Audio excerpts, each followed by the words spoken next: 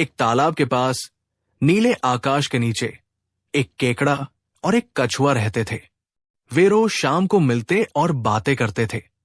एक दिन केकड़े ने गंभीर होकर पूछा, हे कछुआ भाई, आज मेरे मन में एक सवाल आया है। इंसान ऐसा कौन सा काम करे कि उसका धन कभी चोरी न हो? और दूसरा सवाल, जिसके पास धन हो उसे अपने पास और कौन कौन सी चीजें रखनी चाहिए जिससे धन की रक्षा हो सके और वो बढ़ सके? कछुआ मुस्कुराया और अपने लंबे जीवन के अनुभव से कहने लगा, चल भाई, तेरे सवालों के जवाब मैं एक कहानी से बताता हूं। पुराने समय की बात है। एक छोटे से गांव में एक बहुत ही गरीब ब्राह्मण रहता था। उसकी अच्छाई सब जानते थे। उसके घर में न तो सोने चांदी के बर्तन थे, न ही खाने की बहुत चीजें। कभी कभी तो उसे अपने और अपनी पत्नी के लिए अगले दिन का भोजन जुटाना भी मुश्किल हो जाता था। फिर भी उसके मन में भगवान के लिए प्रेम था और दूसरों की मदद करने की भावना थी।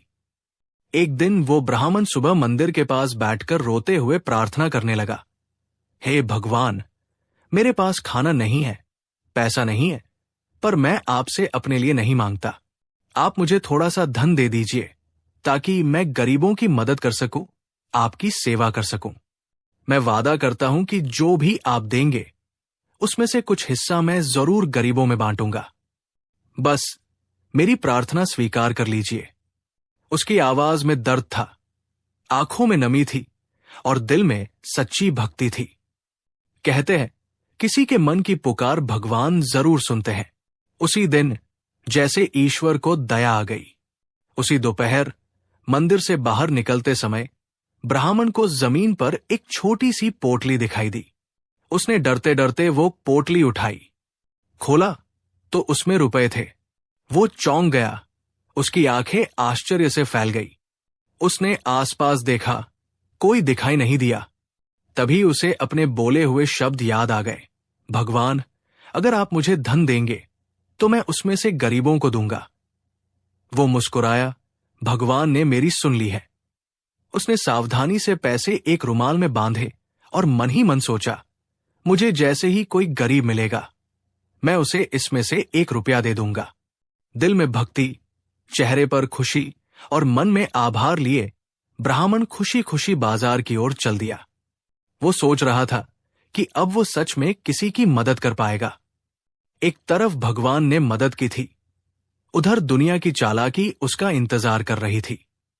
बाजार में थोड़ी दूर उसने एक अंधे भिखारी को बैठे देखा। वो हाथ फैलाकर मांग रहा था, दया करो बाबू, मुझे कुछ दे दो। कई दिन हो गए, पेट भर के खाना नहीं मिला। ये सुनकर ब्राह्मण का दिल पिघल गया। उसने सोचा, यही तो मौका है, मैं अपना वादा निभाता हूं। वो बोला, हे भाई, भगवान ने मुझे कुछ पैसे दिए हैं, मैं तुम्हें 1 रुपया दे रहा हूं, क्योंकि ये उनका आदेश है कि मैं गरीबों की मदद करूं।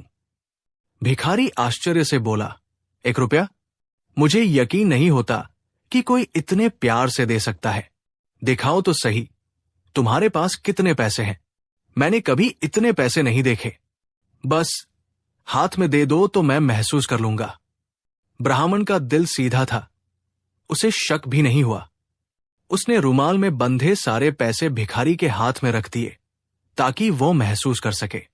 पर जैसे ही रुमाल भिखारी के हाथ में आया, उसका चेहरा शैतानी मुस्कान में बदल गया।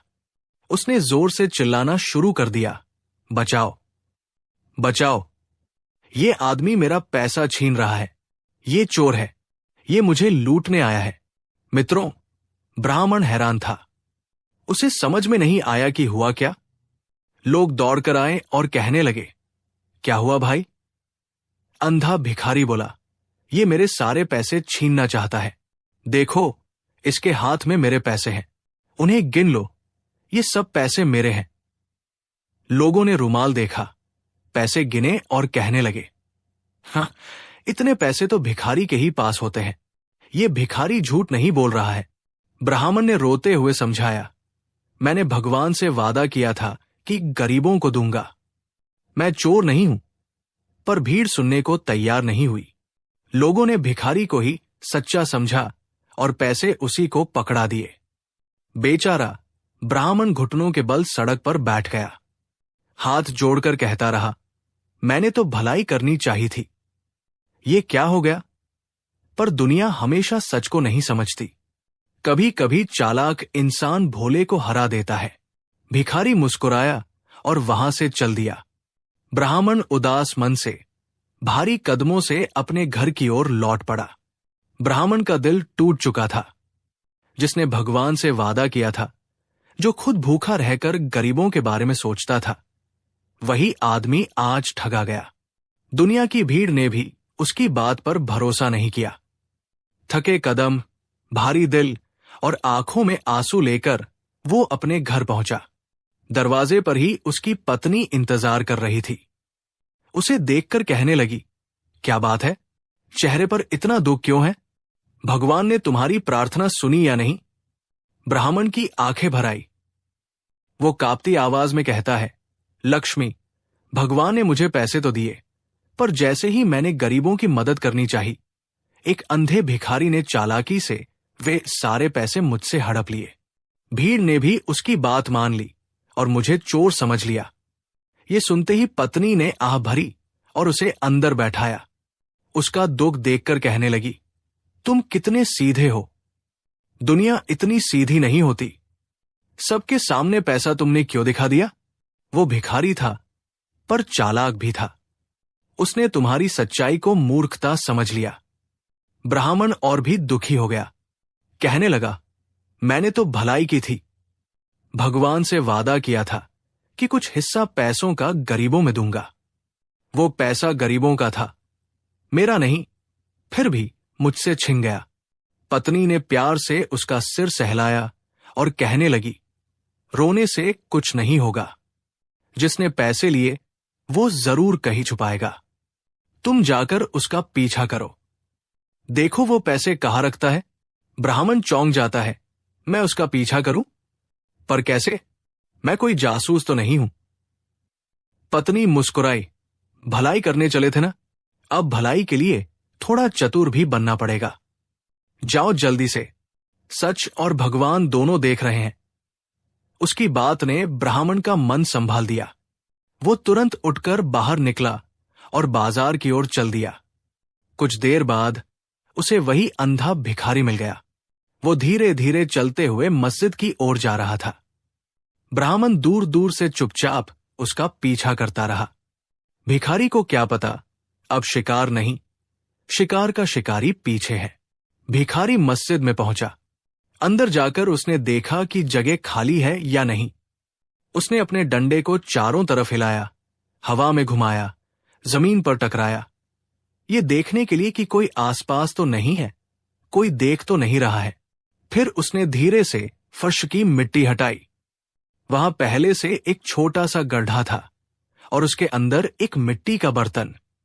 भिखारी ने ब्राह्मण से लिए हुए पैसे उस बर्तन में छुपा दिए और कहने लगा, अल्लाह, तू बड़ा दयालु है। सुबह मेरे पास थोड़े पैसे थे, अब बहुत हो गए। अब मेरा बुढ़ापा आराम से कटेगा। ब्राह्मण ये सब दूर से छुपा हुआ देख रहा था। उसके दिल में अजीब भाव आए। दुख भी था, गुस्सा भी था और थोड़ी खुशी भी कि अब सच सामने है। जब भिखारी संतुष्ट होकर बाहर चला गया, ब्राह्मण धीरे धीरे अंदर आया। उसने वही मिट्टी हटाई, बर्तन निकाला और देखा सारे पैसे वही थे जैसे उसने छोड़े थे। उसके हाथ कांपने लगे।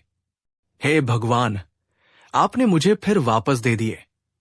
इस बार उसकी आंखों में आंसू दुख के नहीं, आभार के थे। घर पहुंचते ही उसने पत्नी को कहानी सुनाई। लक्ष्मी देवी ने संतोष की सांस ली और कहा, देखा, दुनिया में सिर्फ दया से काम नहीं चलता, दिमाग भी चाहिए। पैसे तुम्हारे ही थे, इसलिए तुम्हें अब मिल चुके हैं। भगवान ने देखा कि तुम्हारा दिल साफ है, इसलिए तुम्हें फिर पैसे दे दिए। ब्राह्मण ने हाथ जोड़ते हुए कहा, तुम सही कहती हो लक्ष्मी, आज तुम न होती तो शायद मैं ये पैसे कभी वापस नहीं ले पाता। पत्नी कहने लगी, अब एक बात और सुनो, जो आदमी चालाक है वो यही रुकने वाला नहीं है। वो फिर से पैसे कमाएगा और जमा करेगा। तुम देखकर आओ आगे वो क्या करता है। ब्राह्मण चौंका क्या फिर से? अभी अभी तो मैं मेहनत करके लाया हूं। पत्नी बोली, अरे, मैं धन के लालच में नहीं कह रही हूं। तुम सिर्फ चले जाओ और ये नहीं पता करना कि वो फिर से चोरी करता है या नहीं। अगर उसका तरीका जान जाओ तो आगे धोखा नहीं खाओगे। दुनिया कैसे चलती है ये सीख लो। ब्राह्मण ने सिर हिलाया। उसे समझ आ गया कि सीख जरूरी है। वो फिर बाजार लौटा और उस भिखारी का पीछा करने लगा। रोती दुनिया को हंसाते हुए और छल करने वालों को धैर्य से हराते हुए ब्राह्मण चल दिया। ब्राह्मण अब समझने लगा था, भलाई सिर्फ हाथ से नहीं होती, दिमाग से भी होती है। और भगवान सिर्फ काम नहीं देते, रास्ता भी दिखाते हैं। ब्राह्मण अब पहले जैसा भोला नहीं रह गया था। अब उसके दिल में भक्ति भी थी और अनुभव की चतुराई भी। दुनिया को समझना शुरू कर दिया था उसने। वो फिर से उसी बाजार में जाता है जहां वो अंधा भिखारी मिला था। पूरा दिन चुपचाप वो उसके पीछे पीछे घूमता रहा। कभी भिखारी भीख मांगता, कभी लोग उसे कुछ दे देते, कभी कोई उसे डांटता, कभी 2 पैसे उसके कटोरे में डाल देता। ब्राह्मण सब दूर से देखता रहा। शाम होते होते भिखारी फिर से मस्जिद की तरफ चल पड़ा। ब्राह्मण भी दूर दूर से उसके पीछे चलने लगा था। जैसे हवा पीछे पीछे चलती है, वो भी चुपचाप चल रहा था। जब भिखारी मस्जिद में पहुंचा, तभी वहां एक और आवाज सुनाई दी। कोई और भी वहां था और वह भी अंधा था। वो मस्जिद का मौलवी था। सिर पर पगड़ी, लंबी दाढ़ी, दाढ़ी सफेद और मुट्ठी टेढ़ी थी। उसकी आवाज भारी थी, जैसे वह दुनिया को पहचानता हो। भले आंखों से न देख सके, पर दिमाग सब समझ लेता था। वो कहने लगा, अरे, तू क्यों रो रहा है? फिर क्या हो गया तुझे? अंधा भिखारी रोते हुए बोला, मेरा सारा पैसा कुछ दिन पहले किसी ने निकाल लिया था। आज भी बहुत मेहनत से मैंने थोड़ा पैसा कमाया है। सोचा फिर से छुपा दूं, पर डर लगता है कि फिर चोरी न हो जाए। मौलवी हंसा, एक कुटिल हंसी। क्यों डरता है बे? पैसे छुपाने की समझ नहीं है तुझे। पैसा जमीन में छुपाएगा तो चोर ले ही जाएंगे। दुनिया इतनी साफ दिल की नहीं है कि कोई न देखे। ब्राह्मण ये सुनकर ध्यान से सुनने लगा। उसे अंदाजा हो गया कि ये मौलवी बहुत चालाक है। भिखारी बोला, तो फिर तुम कैसे संभालते हो अपना पैसा? तुम्हारे पास भी तो लोगों का दिया हुआ पैसा होगा। मौलवी गर्व से बोला, मैं अपना सारा पैसा अपने इस डंडे में रखता हूं। और उसने अपने डंडे को जमीन पर पटक कर दिखाया। वो डंडा खोखला था। अंदर से आवाज सुनाई दी, जैसे उसमें कुछ भरा हो। ब्राह्मण के कान खड़े हो गए। मन में बोला, ओह, ये अपने डंडे में पैसे छुपा कर रखता है। इधर मौलवी फिर से बोला, ये छड़ी मेरी जान है, दिन रात मेरे हाथ में रहती है। न कोई थैला, न कोई गढ़ा, चाहे कोई कितना भी समझदार चोर हो, यहां से पैसे नहीं ले जा सकता। भिखारी ने दंग होकर पूछा, कभी चोरी नहीं हुई? मौलवी ने दाढ़ी सहलाते हुए कहा, अब तक तो नहीं हुई, क्योंकि दुनिया में हर चालाक के ऊपर एक और चालाक होता है, और मैं भी कम नहीं हूं। ब्राह्मण मन ही मन हंस पड़ा। दुनिया सच में अजीब है। एक अंधा भिखारी दूसरों को धोखा दे देता है, और ये अंधा मौलवी खुद को सबसे बड़ा चतुर समझता है। भिखारी ने मौलवी से कहा, हे भाई, मुझे भी ऐसा तरीका सिखा दो। तब मौलवी कहता है, पहले दिमाग लाओ, फिर मैं तरीका दूंगा। जाओ, मेहनत करो। भिखारी उदास होकर चला गया। अब ब्राह्मण समझ गया था कि अगला धन का खजाना इस डंडी में है, पर वो जानता था कि सीधे जाना गलत होगा। वो चुपचाप मस्जिद के कोने में छिप गया। कुछ समय बाद मौलवी अपने कमरे की तरफ गया। वो हाथ पैर धोने लगा। डंडी उसने पास में रख दी। तभी ब्राह्मण ने सोचा, यही मौका है। न वो देख सकता है, न उसे शक होगा। पर उसकी आत्मा ने एक बार हल्का सा सवाल किया, क्या ये सही है? मैं भी तो चोरी ही कर रहा हूं। पर तभी उसके दिल में जवाब आया, ये चोरी नहीं, ये न्याय है। पहले उसने मेरा पैसा छीना था, अब मैं ऋण पूरा कर रहा हूं, और ये धन भगवान ने गरीबों के नाम दिया है। बस फैसला तय। ब्राह्मण धीरे धीरे आगे बढ़ा, चुपचाप मौलवी की डंडी उठाई और अपनी वही आकार की डंडी वहां रख दी। अब दोनों डंडियां बदल चुकी थी और मौलवी कुछ नहीं जान पाया। उसने पानी से हाथ पोंछे, नमाज पढ़ी और अपनी डंडी उठाकर घर चल पड़ा। वो पूरे रास्ते खुश था। उसे लगता था कि उसका धन सुरक्षित है। इधर ब्राह्मण डंडी हाथ में लेकर घर पहुंचा। पत्नी ने दरवाजा खोला तो वो मुस्कुराया, डंडी से पैसा निकाला, चांदी जैसे चमकते सिक्के। पत्नी हंस पड़ी, तुम तो बहुत होशियार निकले। ब्राह्मण बोला, मैं सीख रहा हूं। भगवान भलाई देता है और दुनिया चतुराई सिखाती है। दोनों में संतुलन जरूरी है। पत्नी ने कहा, अब हम आराम से रहेंगे। ब्राह्मण ने सिर हिलाया, नहीं, कहानी अभी खत्म नहीं हुई है। दुनिया में ऐसे कई लोग हैं जो औरों का हक मारते हैं। मैं इनसे सीख कर ही रहूंगा कि दुनिया कैसे चलती है। पत्नी मुस्कुराई, उसकी आंखों में गर्व था। पर याद रखना दोस्तों, सीधी राह अच्छे दिल वालों को मिलती है, लेकिन दुनिया का रास्ता टेढ़ा भी होता है। भक्ति दिल में होनी चाहिए, बुद्धि दिमाग में और धैर्य कदमों में। तभी इंसान जीतता है। ब्राह्मण अब सिर्फ दयालु नहीं, समझदार भी हो चुका था और दुनिया अभी उसके सामने कई सबक रख चुकी थी। ब्राह्मण ने अब दुनिया को थोड़ा थोड़ा समझना शुरू कर दिया था। पहले अंधे भिखारी की चालाकी, फिर पहले अंधे मौलवी की डंडी का रहस्य। दोनों का भेद जानकर उसने अपना खोया धन वापस पा लिया था। दोस्तों, आपको बता दें कि ब्राह्मण का जो पैसा उस भिखारी ने लूटा था, वो उन 3 ठगों ने आपस में बांट लिया था और अपने अपने हिसाब से उस धन को छुपा कर रखा था। मित्रों, आप वही आ जाइए। अब उसके मन में पहले जैसा डर नहीं था। अब वो हर कदम सोच समझ कर रखने लगा था। उसकी पत्नी भी अक्सर कहती थी कि भलाई करो पर समझदारी छोड़कर नहीं। दुनिया फूल भी है और कांटा भी। फूल की खुशबू लेनी हो तो कांटा भी पहचानना सीखो। ब्राह्मण इस बात को समझ चुका था। वो सिर्फ दयालु नहीं, अब अनुभवी भी हो चुका था। अगले दिन वो फिर उसी मस्जिद के आसपास घूमता रहा। वो जानना चाहता था कि अब वो अंधा मौलवी क्या करता है। शाम होते होते वही मौलवी फिर आया, पर उसके साथ एक और आदमी भी था। वो भी अंधा था और उम्र में थोड़ा बड़ा। इसका मतलब वहां 2 अंधे मौलवी थे। दूसरा मौलवी भी चलने में सधी चाल रखता था। सिर झुकाकर सोचता हुआ चलता था, जैसे हर चीज को महसूस करता हो। ब्राह्मण दूर छिपकर सुनने लगा। पहले मौलवी ने दूसरे मौलवी से रोते हुए कहा, भाई, मेरा पैसा चोरी हो गया। मैंने सब पैसा उस डंडे में रखा था, जिसे मैं सुरक्षित समझता था, पर कोई उसे ले गया। अब मैं क्या करूं? दूसरा मौलवी गुस्से में बोला, तुम भी मूर्ख हो। डंडे में पैसा रखोगे तो चोरी क्यों नहीं होगा? दुनिया चालाकों से भरी पड़ी है। पहला मौलवी बोला, तो तुम कैसे बचाते हो अपना पैसा? तुम्हारे पैसे क्या कभी चोरी नहीं हुए? दूसरा मौलवी गर्व से बोला, नहीं हुए, क्योंकि मैं अपना पैसा कपड़ों के अंदर सिल कर रखता हूं।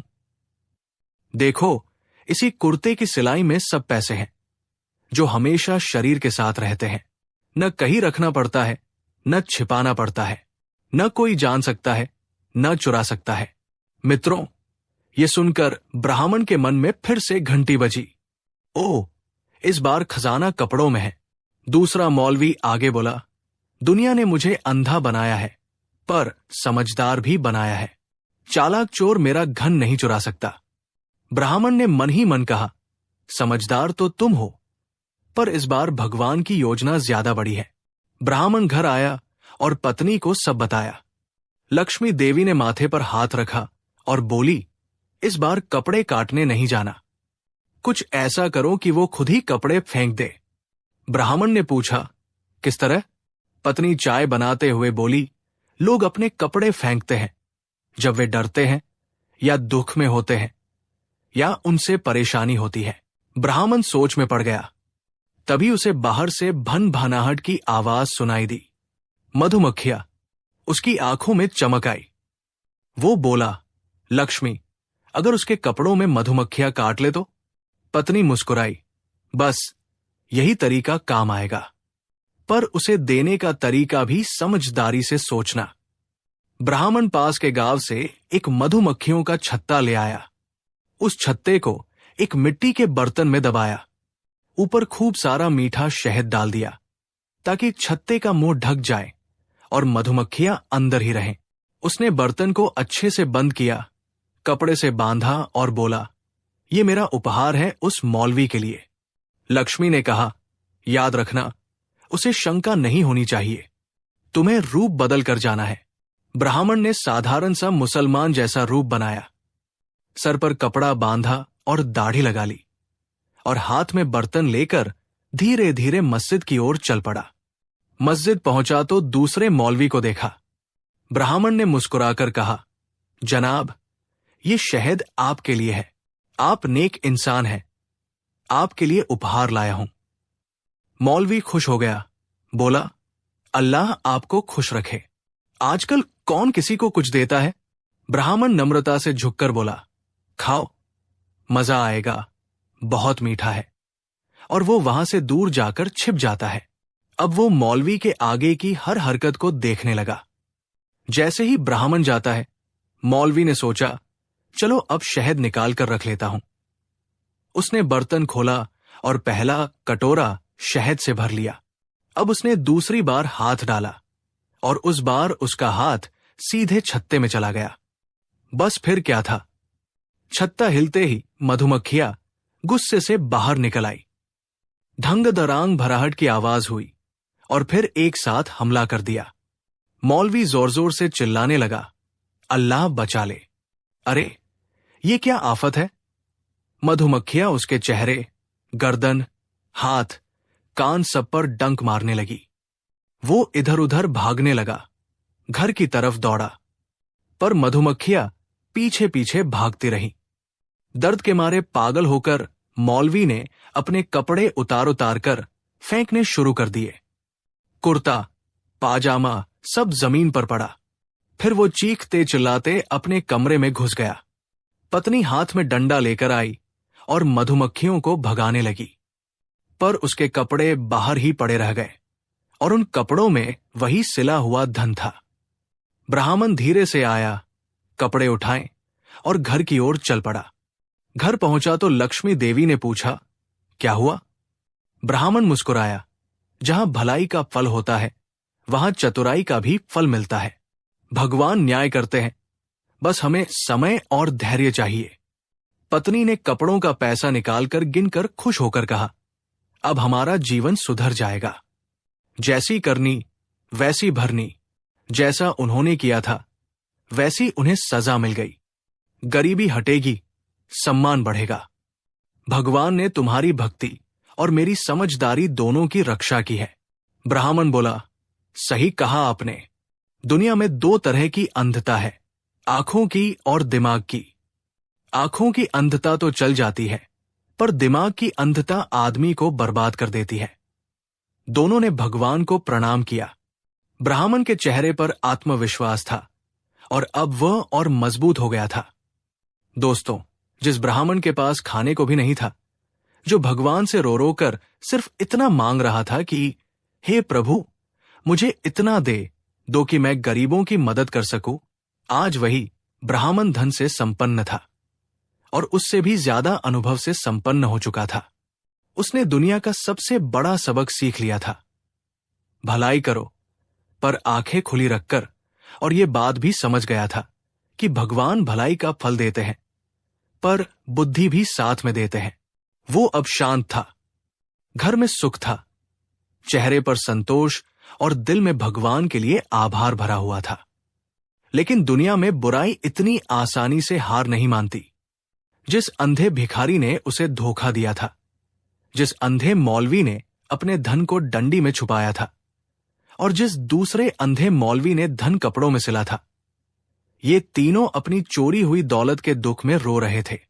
एक दिन सुबह वे तीनों मिले। तीनों दुखी थे, तीनों नाराज थे। भिखारी बोला, पहले तो मेरे पैसे गए, फिर तुम्हारे गए। ये किसी बड़े चोर का काम है।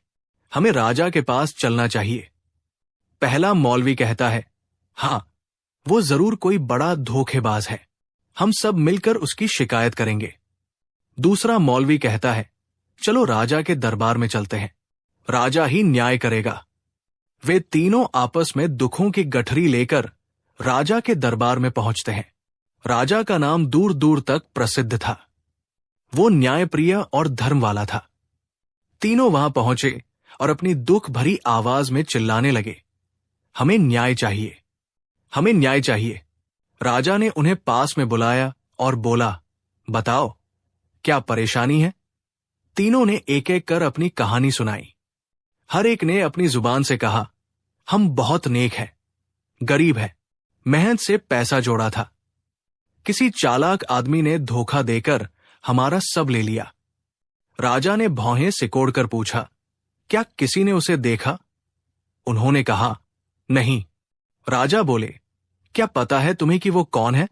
तीनों बोले, नहीं, पर वो बड़ा चतुर और खतरनाक आदमी है। अब राजा सोच में पड़ जाता है। एक तरफ 3 अंधे लोग, उनकी आवाज में दुख, और दूसरी तरफ कोई अज्ञात चालाक व्यक्ति। राजा ने ऐलान कराया, जिसने भी इन तीनों का धन लिया है, यदि वह आकर सच सच बता दे तो उसे माफ किया जाएगा और इनाम भी मिलेगा। मित्रों, ये खबर पूरे नगर में फैल गई। ब्राह्मण अपने घर में बैठा सब सुन रहा था। उसके मन में 2 आवाजें उठीं। पहली आवाज बोली, अब तो तुम अमीर हो गए हो, चुपचाप बैठे रहो, राजा को क्या बताने जाते हो। दूसरी आवाज बोली, तुमने ये मार्ग सत्य और भलाई से शुरू किया था, यदि अब डरकर पीछे हट गए तो ये सब भक्ति बेकार हो जाएगी। और याद रखो, भगवान ने तुम्हें हर जगह बचाया है, सच को कभी छुपाना मत। कहते हैं, दोस्तों, जो सत्य छोड़ देता है, धन उसके हाथ में टिकता नहीं है, और जो धर्म के मार्ग पर चलता है, भय उसके पास टिक नहीं पाता। ब्राह्मण ने निर्णय कर लिया कि वह राजा के दरबार में जाएगा। जब वह राजा के दरबार में जाता है तो राजा ने उसे देखा और पूछा कि तुम कौन हो। ब्राह्मण ने नतमस्तक होकर कहा, महाराज, इन तीनों के धन का रहस्य मुझे पता है। राजा ने पूछा, क्या तुमने लिया है उसे?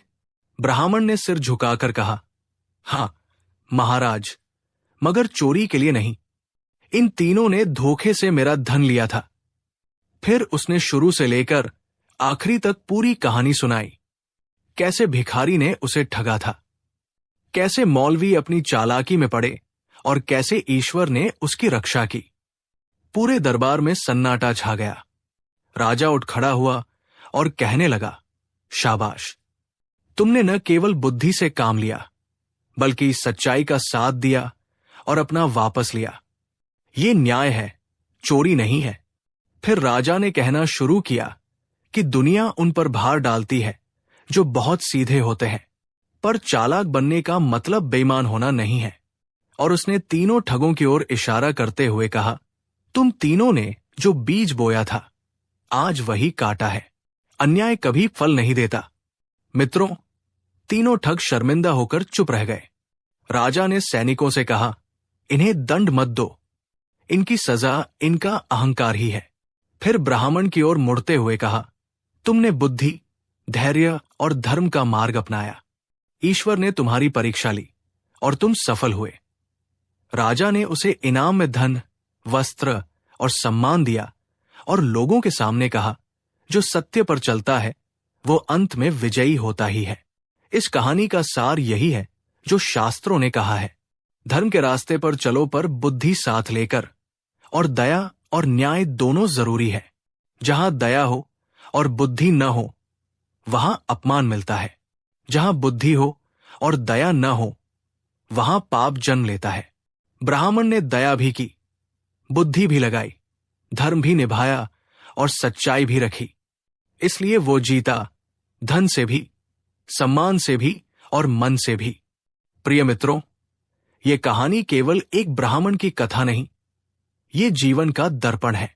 हम सबके मन में भलाई होती है, दया होती है, भगवान पर विश्वास होता है, परंतु दुनिया केवल दया और विश्वास से नहीं चलती। कहते हैं, सीधा बनना पुण्य है, लेकिन बेवकूफ बन जाना पाप है। अत्यधिक सरल और भोला व्यक्ति बहुत जल्दी शिकार बन जाता है। सड़क पर चलने वाला सीधा मनुष्य नदी में बहती लकड़ी की तरह है। बिना दिशा, बिना सुरक्षा, कोई भी उसे बहा ले जाए। इस कहानी का ब्राह्मण भी शुरू में ऐसा ही था, निर्दोष और पवित्र हृदय वाला, परंतु दुनियादारी से अनजान था। उसने बिना सोचे समझे विश्वास किया और उसी विश्वास ने उसे रुला दिया। दुनिया में सरलता अच्छी है, पर अज्ञानता और भोलेपन का परिणाम अक्सर दुखी होता है। कहते हैं, जो केवल दिल से चलता है वह दुनिया से हारता है, जो केवल दिमाग से चलता है वो इंसानियत हारता है। इसलिए दिल और दिमाग दोनों से चलो, तभी जीवन सफल होता है। इस कहानी ने हमें यही सिखाया। भलाई करना अच्छा है, पर भलाई करते समय आंखें खोलकर रखनी चाहिए। जहां चाल है वहां जवाब में चाल देना पाप नहीं, बुद्धिमानी है। क्योंकि अगर दुष्ट की दुष्टता को न रोका जाए तो वो 100 गुना बढ़ जाती है। लोग सोचते हैं धन कमाना कठिन है, पर असली जीवन का सत्य ये है, धन कमाना सरल है, पर धन को बचाना कठिन है। धन की रक्षा के लिए हमारे लिए बुद्धि चाहिए, विवेक चाहिए, धैर्य चाहिए और अनुभव चाहिए। जैसा कि कहा गया है, धन की थैली से ज्यादा बुद्धि की थैली भरकर रखो। इस कहानी ने हमें यह बताया, दयालु बनो पर मूर्ख मत बनो। धर्म रखो पर विवेक भी रखो। विश्वास करो पर जांच परख कर। बुराई को प्यार से जीतना अच्छा है, लेकिन कभी कभी बुद्धि के शस्त्र भी उठाने पड़ते हैं, क्योंकि अति भोलापन पाप है। और हां, हमेशा सिंह बनकर रहो, भले ही हृदय में गाय जैसा प्रेम रखो। दुनिया में 3 तरह के लोग होते हैं। पहला, जो धोखा देते हैं। दूसरा, जो धोखा खा जाते हैं। और तीसरा, जो समझकर जीते हैं और जीतते हैं। हमारा लक्ष्य पहला बनना नहीं है, पर तीसरा बनना अवश्य है। इस कहानी का सार यही है, सच्चाई और भलाई के साथ बुद्धि जोड़ दो तो कोई तुम्हें नहीं हरा सकता। ईश्वर हमेशा उसी का हाथ थामता है जो सच्चा है, धैर्यवान है और विवेक से चलता है। इधर कछुआ कहता है, मित्र केकड़े, अब सुनो अपने दोनों प्रश्नों के जवाब। तुम्हारा पहला प्रश्न यह था कि ऐसा क्या करें कि हमारा पैसा कभी चोरी न हो। तो इसका उत्तर है, धन की रक्षा ताले से नहीं, चरित्र और विवेक से होती है। धन वही सुरक्षित रहता है जहां मुंह बंद और मन जागृत हो। अनावश्यक प्रदर्शन धन का शत्रु है और मौन उसका रक्षक। जितना छिपा धन उतना सुरक्षित, जितना दिखा धन उतना संकट में। सावधानी वो कवच है जिसे चोर भी भेद नहीं सकता। धन पर ताला लगाओ, ये बुद्धि है, पर मन पर ताला लगाओ, ये नीति है। पुराने समय के महाराज भी अपनी संपत्ति को लोहे की तिजोरी से नहीं, बल्कि भरोसेमंद सलाहकार, गुप्त जानकारी और सदाचार से सुरक्षित रखते थे। तुम्हारा दूसरा प्रश्न था, जिसके पास धन हो उसे अपने पास कौन सी और चीजें रखनी चाहिए धन की रक्षा और विस्तार के लिए? तो इसका उत्तर है, धन के संग संग ज्ञान न हो तो धन शीघ्र विनाश की ओर चला जाता है। धन को धारण करो, पर धन के अहंकार को मत धारण करो। धन बढ़ता है संयम से, धन घटता है अभिमान से। जिसके पास धैर्य का धन है वो कभी निर्धन नहीं होता। धन का पहला रखवाला सद्बुद्धि है, दूसरा सत्संग है, तीसरा सदाचार। लालच धन को डुबोती है और विवेक धन को बढ़ाता है। धन की ये 3 दिव्य कुंजियां हैं। अपनी बात, पैसा और योजना हर किसी को मत बताओ। कुछ बातें सिर्फ अपने तक रखो। जो सबको सब बताता है वो खुद खतरे में पड़ जाता है। सुरक्षा की आदत, अर्थात पैसा, घर और अपनी चीजों की सावधानी से रक्षा करना।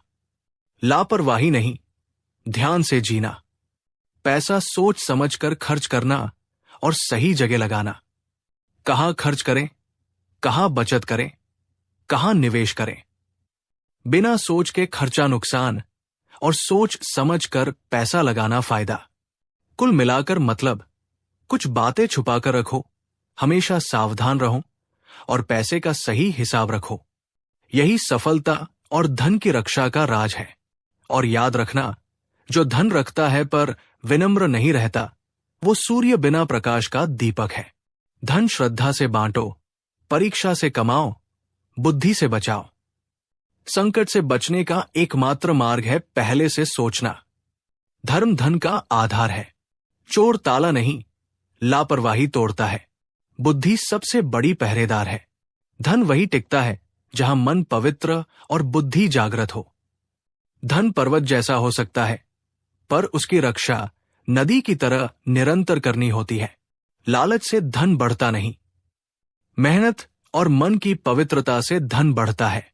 पहले खुद को संभालो, फिर पैसों को। खर्च से ज्यादा बचत की आदत रखो। अच्छे लोगों का साथ रखो। आत्मसम्मान, ईमान और संयम, ये भी धन संपत्ति है। बड़ी जेब से पहले बड़ा दिमाग चाहिए।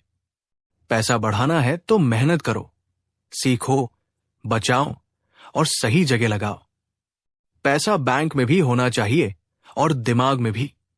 गुस्सा, दिखावा, लालच, पैसा सबसे पहले इन्हीं पर खर्च होता है। बीमा हो, दस्तावेज सुरक्षित हो और घर में अनुशासन हो, ये असली तिजोरी है। सीधा रहो पर अंधा मत बनो। दिल अच्छा रखो, दिमाग चालू रखो। संतोष से धन बढ़ता है, लालच से नहीं। आंख बंद करके भरोसा मत करो। बोलने से पहले सोचो, खर्च करने से पहले बचाओ। जितना कम दिखाओगे उतना सुरक्षित रहोगे। पैसा भगवान का दिया है, पर उसका पहरा तुम्हारा है। भलाई करो पर भोले मत बनो। चतुर बनो पर चालाक नहीं। पैसा कमाना आसान है, संभालना कठिन। पैसा तभी सुरक्षित है जब दिमाग